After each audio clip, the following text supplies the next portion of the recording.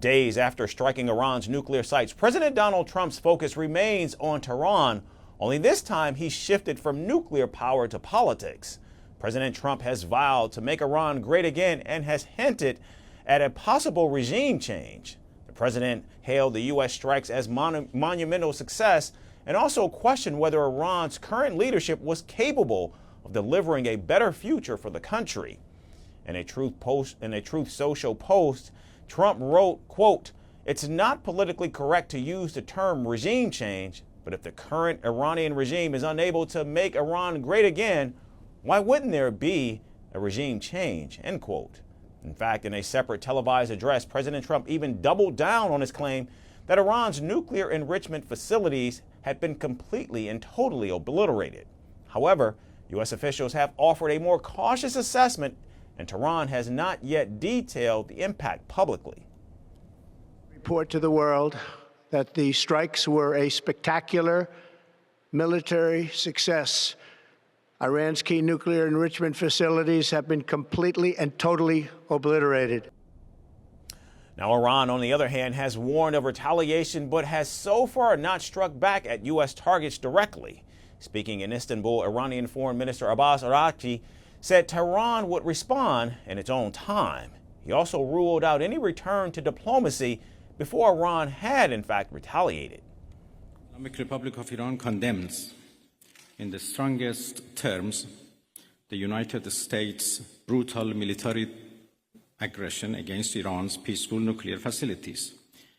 It is an outrageous, grave, and unprecedented violation of the fundamental principles of the Charter of the United Nations and international law.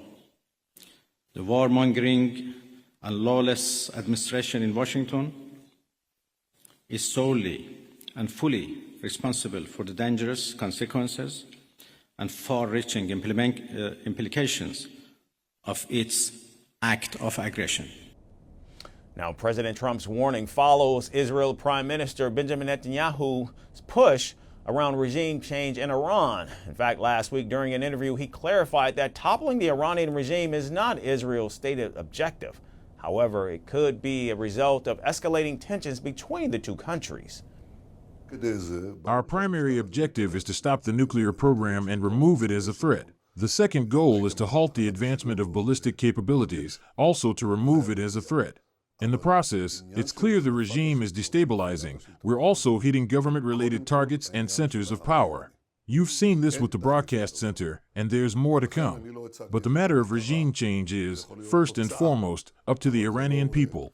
There is no shortcut to that. Therefore, I have not set it as an official or declared goal. It may be a result, but it is not an explicit objective of our operation. Now, during that same interview, Prime Minister Netanyahu also revealed that Israel had successfully destroyed over half of Iran's missile launchers. And the Prime Minister made the remarks outside a hospital damaged by an Iranian missile in Israel's Beersheba.